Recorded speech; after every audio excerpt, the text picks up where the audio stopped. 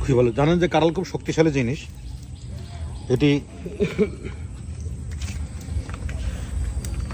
খেয়ে অনেকেই হজম করতে পারে না। তো যাদের খাইতে একটু অসুবিধা হয় তারা এইভাবে খাবেন, দেখবেন কোনো সমস্যাই হবে না, কোনো অ্যাসিডিটি হবে না, হজমের কোনো সমস্যা হবে না। আপনি যতগুলো কোষ খেতে চান খেতে পারবেন। এখানে আরও কিন্তু আছে, পুরাটাই আছে। আমরা কিছু তুলে খাইবো সবাই মিলে। ব্যাস, এই যে লবণ দিলাম, লবণ, কাঁঠাল আর লেবু, এই যে আমরা তুলে এখন খাবো। দেখেন,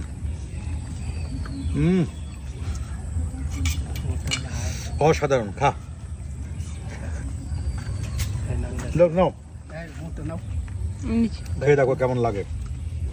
জীবনের প্রথম স্যারের সাথে খাইতেছি।